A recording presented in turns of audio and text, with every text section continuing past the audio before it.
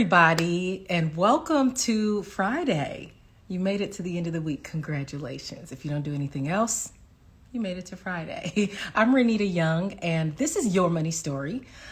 We come on every Friday, as you know, and today we have a phenomenal guest to welcome to the show. His name is Marc Russell, and he operates BetterWallet. He created BetterWallet, and he's going to tell us about his road to from the foster care system through working his way through college, eventually paying off $80,000 in debt in 3 years, and where he is now and how he's inspiring other people to do the same. So hang on for a moment. Let me grab him.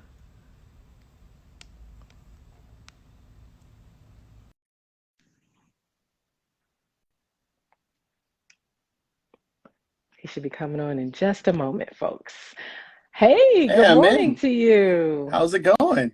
I'm great. How are you? Happy Friday. Happy Friday. We finally made it. Wonderful. I know. I don't know about you, Mark, but this felt like the longest week ever. Yeah, it really did. I felt on Monday that it was going to take a long time to get to Friday, but luckily we're here and hopefully your calendar is light this today. Yes, But it yeah, it is. definitely took some time to get here. Good stuff, good stuff. Well, let's jump right into your money story because I was just fascinated learning about you. I got to tell you, Yeah. if there is a person in the personal finance community that overcame so many obstacles, it had to have been you and it had been able to, and you're still working some stuff out, I would imagine, just like Right. all of us. Right. But first, tell us, you grew up in Pennsylvania. You Hmm. you were in the foster care system, Yeah. and you were adopted eventually. And I know that it was a reason why. So tell us, how did you grow up? What was your relationship like when you were Yeah. growing up with money? What was your relationship like with money growing up? Yeah, definitely. And I apologize for any construction you hear in Philadelphia. We're booming right now, so a That's lot of okay. construction is being had. But yeah, kind of growing up, we didn't really have it. I mean, both my biological parents were, drug addicts, and I was put into the foster care system as soon as I was born, just to protect me and protect my life. So once I was adopted at the age of 13, I was adopted into a pretty low income family. We grew up in a small town in Pennsylvania and didn't really have all too much. But as a kid, you don't really think about that. You're just like, okay, well, this is my life. This is, what everyone is doing all across the world. Hmm. So the little things that I look back and say, wow, I had to go through that. That was life. I grew up right beside the projects. I spent all my time in the projects. All my best friends were from there. And I was just one of those snotty nose kids, snotty nose kids from the projects, right? So that was my life, growing up. And my dad would always tell me, "Hey, like I'm not going to be here forever. Hmm. You have to find a way to generate income." And this is, I'm 14, 15 years old. He's telling me this. I'm like, Dad, you're going to be here forever. No problem. Like, I can Yeah. lean on you forever. And, I was adopted into a family with all women, and, a bunch of, sisters. And I was the only boy. I was the baby boy. And my Oh. dad was, he was hard on me. He said, hey, like, you want to make money, you need to cut grass. If you want to, take care of yourself into the future, you have to have a job. You have to work hard. You need to go Hmm. to work early and stay late so you can keep that job. So that was something that I always had in my head. And my dad was a warehouse worker. Literally, his job was you might know, like 5 Star Notebooks from Mead. Hmm. Yeah. So he was in a factory in central Pennsylvania, where his job was to literally move boxes from the conveyor belt to another conveyor belt. That's all Wow. he did for 16 hours a day, most Factory days work. out of the week. Yeah. Hmm. And he used to tell me, like, if you don't want to do this, then you need to figure another way out. Wow. I But bet he that made a just, profound impact on it you. really did. It really Yeah. did. So that was my understanding of money growing up. So, I would save it. I'd be that kid, 5 o'clock in the morning, going and shoveling walks for the Yeah. neighborhood, the neighborhood elders. And, you get 15, $20 and you'll save all that money. and I would put it underneath my mattress. And my parents used to joke and say, "Well, you have more money saved than what we do." And I thought it was a joke until later in life I realized that that was actually true. So Wow, they would yeah. ask me for loans and things like that. And it was just, it was an interesting upbringing, but I've always just had a mentality of I had to generate income no Hmm. matter what.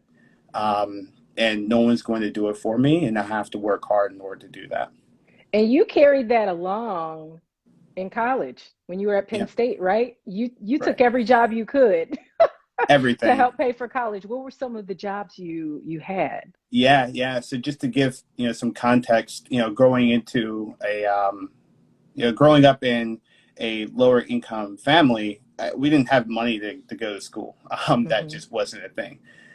So when I stepped foot on campus, I had no plan at all to pay off my tuition. I didn't know I didn't know what I was going to do. Yeah. And I knew I owed, let's say, 20,000, 25,000, and I found myself in the student aid office every day begging for money.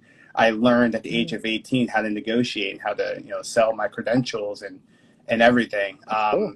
And they knew me by my first and last name. I would walk in and like, "Oh, Marc Russell, how are you? You're here again Hmm. today." I'm like, "Yeah, give me money." Like I have great grades. Give me money. Yep. So that was my freshman experience. But in order to put food on the table, because obviously they're not going to pay for that, I Right. would selling plasma, being a referee. I was handing out flyers You for sold small companies. plasma? Yeah, long story. But Can that you was can you give it to me in like 2 minutes? yeah, I want to yeah. hear the So I story. Yeah. found that in State College, where Penn State's at, they have what they call BioLife, and BioLife gives you $40 each time you donate plasma. And it was a great, I donate blood when I was in high school, so it was Hmm. natural for me to go and actually get compensated for it. Yeah. So essentially, they take the plasma out, they separate the red blood cells, and then you give it to kids that they need it because you can't naturally produce it. So it's very noble work, but at the same time you got paid Yeah. for it. So that's literally how I used to eat. And Good job. That was a my good idea. If you can, yeah, yeah, if you can take it health wise, the exactly. multiple extractions. But Yeah, exactly. So some of the other jobs you had in yeah. college, what were they? Referee, I applied to become a resident assistant. So at Penn State, I was actually the first RA to have a co-ed floor. Really? Before that, there was no co-ed, so that was interesting. That I bet So, I was an RA too, my oh senior really? year. The whole Yeah, dorm was co-ed, so yeah, yeah, yeah. So it was it was different. interesting. That took care of a little bit of tuition, but room and board, which $8,000. I think it came out to about $8,000 per year. You get to you don't have to pay for that down the road, Hmm. and that really helped with my overall debt-free journey. So you Yeah. have that. You have God, what else did I do? I was waiting tables. I was working at some random clothes store, and did Hmm. overtime in order to pay for food and whatever else I was doing at the time, pay for books. So literally anything that I could do in order to generate income. Oh, I was cutting hair too. I forgot about that. You Um, were a I, bar I was with a because barber you cut too. your own too, right? Yeah, exactly. Yeah. Good call. I ran a barber shop out of my dorm room. So literally anything that I could possibly do, because my goal was to graduate within 4 years. And luckily I was able to make that happen. Yeah, I just need you to know you are getting so much love in the comments. Like, we have some people that said Central Philly stand up, somebody's talking about hoagies in Philly. I Oh haven't yeah. been there on West Street in years. So, or Yeah. South Street. Female It was South finance, Street shout out where to I got it. female Yeah, finance. female in finance. Shout out to you. I'm coming Oh, for you. Danielle's on here too, Rasta. Yeah, a lot of people. Thank you all for, I mean, really, a lot of love. And so I do want to loop back to your dad Hmm. because eventually when he passed away, it was really hard on you Yeah. for several reasons. And Hmm. so tell me, how did that shift your perspective? Did it like put everything into turbo drive for you? Yeah, just a little bit more context. My dad, so I didn't have a father for 13 years of my life, right? Mm-hmm. And when I was adopted, I literally changed my name. So you probably see Michael every so often. I changed Hmm. my name after him. Because when you're adopted, you get to change your last name, which was pretty cool. But they also tell you, oh, you can change your first name. So I was Okay. like, oh, like, well, what would be better than changing my name to Michael after my dad? So that's exactly what I did. Um, so he was my best friend. We used to, fish together, these are all country things that we used to do every day. Mm-hmm. Go fishing, go hunting, Mm-hmm. go to Walmart, which was, our version of the mall in Yeah. the country. We call it Wally World. Yep. I But, lived in South Louisiana before, so I know oh, what okay. you're So you talking get it. about. And Yeah. yeah, so we spent a lot of time together, and I was his only son, and he wanted to adopt me because after so many daughters, he's like, I really want a son, and we're too old to kind of try for another one, so they were just like, why don't we just adopt? So we were really close. So when I after my freshman year, I was like, oh, let him go, and I actually worked with my dad at the warehouse that he worked at, Okay. and we used to work together, and it was great. And one night after doing overtime with him, he ended up passing away, and it was only my mom and my dad, or my mom and my dad and myself at home. Um, so that moment alone is why I do everything that I do. Yeah. I would never forget that moment, and I wouldn't wish on my worst enemy. Um, it This is a Philadelphia reference, but I went from a boy to a man overnight, and Okay. I learned a lot within 24 hours. And at that point, I realized that what he was saying was true. He's not going to be here forever. There are things that he taught me that I can continue on my entire life and use because it's going to pay dividends down the road.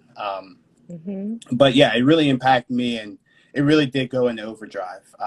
At that Yeah. point, I closed out everything and said, I remember on not to bring tears out, but I remember like on his deathbed, I told him I'm going to be everything that he could ever possibly imagine in Wow. life, and I'm Wow. going to go beyond that. Because he always wanted me to go off to school because he wasn't able to go off to school because Mm-hmm. ironically his dad died around the same time at the same around 18, 19. So he had to take care of his family. But Wow. he graduated top of class, like he did really well. And he's from Alabama, where kids aren't, at that time, kids weren't going off to school. And he really wanted to go off to college, but he couldn't. Mm-hmm. So he was leaning on me to, graduate, and that was like one of his biggest goals. Wow, So yeah, Mark. I essentially just told him I'm Thank going to you. be that person that you wanted me to be, and I'm going to go beyond that by 10, 15, whatever. I want to make you Yeah. proud. And I think you're everything that making I him do, proud now. I'm pretty yeah, sure he's looking down on you. yeah, And what everything a that I do is for him. what a cool way to commemorate his memory. Mm, That's an important date. Unfortunately, the day he passed, it mm-hmm. actually turned into something quite beautiful for you, Yep, right? exactly. Later on. So tell me about it. Tell me what it is. Tell everybody else because I know. Yeah, yeah. So we'll fast forward, what, 11 years. Hmm. So we graduated from school, started working at Vanguard, which was random. I never would have thought I would work for a company like that. And I was $80,000 in debt. Hmm. Fast forward, a few more years, July 2020. Sorry, I'm getting all these notifications. July 2020. July 17th, 2020, 11 years after my dad passed away, I became debt free. Um, so, so that, yeah, so, it, although it's not the end goal, it's a pretty significant milestone that I've always tried to reach, because right after Penn State, I found myself um, living paycheck to paycheck. I still had getting overdraft charges from PNC, And I thought Mhm. to myself, I can't live this life. I can't live, the next 37 years until, I retire, living paycheck to paycheck. So something Yeah. had to change. So let's Um, talk about how you started to do that. Like, how mm, did you, what did you do when you made that shift in your mind? Something's got to change. What was the first thing that you did to make a better life for yourself, essentially, financially? yeah, yeah. So it was really the mental part of it, right? So you have to commit to the journey initially. And it was really that. It was me understanding that I was living paycheck to paycheck. I had a decent job. And I would also say on top of that, I was, at Vanguard, you're learning about stocks, options, margin accounts. You're learning all of this and you're talking to people about their finances. But when you go back home, you have to deal with those overdraft charges from PNC. So in my Hmm. head, I'm like, who am I to tell these, families about how to manage their money in their retirement account or whatever it might be? And I don't even got my stuff together at home. So Wow. that was a part of it. Living paycheck to paycheck was part of it. And then just knowing, coming from central Pennsylvania, you've always, there's nothing there. So my entire Hmm. life, I used to say, I cannot wait to have a life outside of this 1 mile radius of town and eventually travel the world and live by my own means and not have to, worry about expenses and have enough income coming in where I don't really need to work as hard. Hmm. So from there, committing, you commit mentally. I think that's the most critical part. I think, It's number yeah, one, yeah. budgeting and all that stuff. I think that comes second, but your mind has to be locked on it. I made sure How do my, you go ahead, sorry. yeah, I just wanted to make sure my friends and family, they were on the same page, and have I had to have really difficult conversations. Hey, I can't lend you that $100. I can't go out tonight. I can't go on that vacation. And unfortunately, there are some friends and family that said, "Oh man, like Mark's not for us anymore," but they Mm. weren't a part of the journey. And I think friends and even family sometimes they're like seasons; they come and they go. Um, and Sometimes. I learned that during my journey. Um, but That's yes, important to note that though, yeah, folks, when you're on this journey to whatever the goal is, if it's to save more, if it's to invest, if it's to become debt free, you can't do everything, mm, and you may have to have difficult conversations with friends. I just recently bookmarked an article. I need to go back and read it, How to Gracefully Turn Down Plans mm, from yeah. Friends. So I just wanted to highlight that. Go ahead. Yeah, yeah. So, I mean, just to kind of piggyback on that, that's one thing I had to learn, and I had to learn it, the difficult way. Um, so, luckily, my core friends they agreed and said, okay, like I understand you're going on this journey. Some of my friends went on the journey with me and said, hey, like I'm going to get my finances together. And That's nice. in my head, I always thought, by the time that I turned 30, I want to make sure that I'm debt free completely, which is 2020, debt free completely, and I can start my wealth journey, which in my head was step number two. Okay, in your head was step number two. Yeah. So, how do you budget now? You have a budget template that you Hmm. offer people on BetterWallet. Right. So how do you budget? Yeah, yeah. So budgeting, no one likes the budget. Let me put that out there. I think everyone's like, oh, like you have some people that really like it, and other people that don't really care. No one actually likes being confined within Mm-mm. a budget. So for me, it was, understand what your fixed expenses are, which are your bills, and then what your variable expenses are, which everyone forgets, even I did initially. And then from there, understand what your income is. Let it be, if you're working, three or four or two or three jobs, you want to know what that income is at the end of the day. You subtract um, income from expenses, and then you have the rest of your income or discretionary income that you can then apply to. You can apply to debt. You can use it to invest, and that same philosophy back when I was paying off debt, I still use now as I'm I'm trying to invest, put money into retirement, put money into the business, whatever it might be. Um, so, and it's a really simple formula, but I think we overcomplicate it where when you're trying to pay off debt, a lot of times we fall victim to lifestyle creep and our expenses go up Mm-hmm. and our income stays the same or it might rise a little bit. But what I've learned, and this is more because I watch the NFL and I look at a lot of the athletes and some of the things that they go through. And when they start making more money, they started, paying for those gold watches. They're paying for those Mm-hmm. The chains or cars and nice the cars, whatever. houses. Yep. And then, after they quote unquote retire within 2 years, I want to say like 80% of them are broke.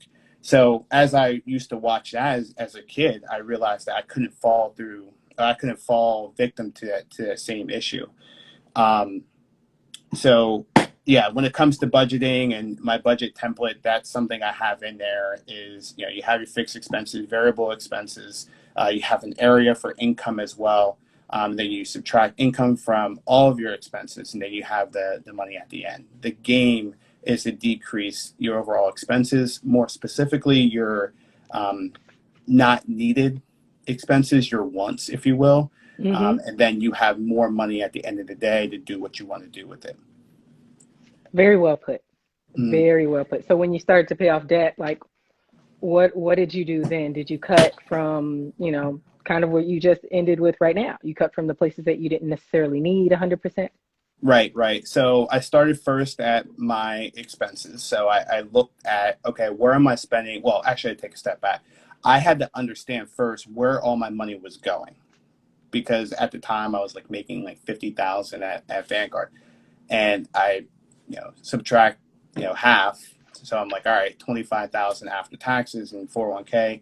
All right, $25,000. Where the heck is that going? I know some Mm, of it's going to rent. Like, where's the rest of it going? And I used to look back at my bank statements, and I realized I was going to restaurants, going to the bar, going here, going there. And then you have the debt payments. And I'm like, man, like I'm being eaten alive by debt payments and just random expenses that have nothing to do with my goals. How yeah. can I reset that? Um, so so yeah, that was like the idea behind paying off debt. Um, And that's how you started to pay off the 80K in 3 years, right? right, exactly. And then I started focusing on higher interest debt. I had credit card debt coming from college, and that was, I want to say, like 20% APR. So I started drilling into Mm, that and paying off my credit card debt. And then you get excited and you're like, wow, like I want to now pay off my car loan, start paying off my car loan. mm-hmm. Then at the end, it was student loan debt, which luckily, well, it happened because of COVID, which is not a good thing. But the government essentially said, hey, look, you don't have to make Mm-hmm. payments. Um, and Froze interest as well. yeah, exactly. Yeah. And because I didn't have to pay interest, I was like, wow, so if I don't have to pay interest, now I can just apply all my money to principal. Yep. So I would say February, March timeframe is when I really went into overdrive and I started paying off all my principal for my student loan. So it made it a little bit easier. And then July rolled around, July 17th, and I made my final payment to um, Fed loan, and that was it. That And was then I had a it. couple. Anyone who follows me, they know that I had a few drinks afterwards, so, to Good celebrate. for you. You know Yeah. what? I celebrate you too because a lot of us are saddled with student loan debt. Hmm. If you were a millennial, you know that it was all about the network. It was all about Hmm. going to a good school, no matter how much it costs to make sure you got Yeah. the good network. Um, yeah. And so I applaud you and your inspiration. And so I want to wrap up briefly, but you already talked about avoiding lifestyle creep. And so you always talk about, as well as how you want to make sure investing and just talking about these concepts is accessible. Um, and that how can people get started in investing who, Mhm. they it might be just a huge mystery to them. What's the first thing they can do to get started? Yeah, I think it's all about surrounding yourself around people who are having that conversation. I want to say that's step number one. And know that investing's for you no matter what. 'Cause I think sometimes people look at it and say, oh, like I don't fit within this box. it's not for me. Investing is for everyone. So that's first and foremost. Um, and I also believe in knowledge osmosis is what I call it. So, surround yourself around people, be on Instagram and, follow pages that talk about investing. There's so many great ones out there. Just look up the hashtag debt-free community. There's so many people that are not only paying off debt, but they're also investing, and they're investing for the long run. A few of the folks here in the comments are great pages to follow. Yeah, Um, absolutely. I agree. yeah. So follow those hashtags. I much respect to all the celebrities out there. But at the end of the day, they're teaching you how to spend money. You need to find a way and follow people that are teaching you how to make money. And I think that is so key because we spend hours on Instagram or Facebook or whatever, or Hmm. TikTok every single day. That's how you learn about, Every day. investing, right? So that's step number one, or maybe two, I'm not sure. Then you make sure you have enough money at the end of the day in order to start investing. And it doesn't need to be 10,000. It doesn't need to be 30,000. Even $100. The gaming dividend is another great page to follow if you like Hey dividend investing. there. That's my guy. So if you have $100, for example, take that $100. You can buy ETFs with $100. There's companies out there like Fidelity that have fractional shares. You Hmm. can invest into certain stocks if you can't afford to pay for Amazon, for example. They're just start small and see how it goes. Like play around with it and see what you like, see what you don't like, take notes. And over time, as you start making more money, or if you have discretionary income, start putting that into your investments and allow it to grow. Hmm. And I should say that before you start investing, make sure you have, this is more of a disclosure, make sure you have an emergency fund, make sure you're paying off debt. Um, and I'm not the person to say don't invest until after you pay off debt. Like as long as you have a plan, I don't care. Like just make Hmm. sure that you have a plan to pay off your debt prior to investing. Um, Yep. but yeah, have all that in order. Make sure your foundation is strong, and then make sure that you start investing. Because if you just have all your money in cash, you're actually losing money over a course of Yeah, time due to inflation. exactly.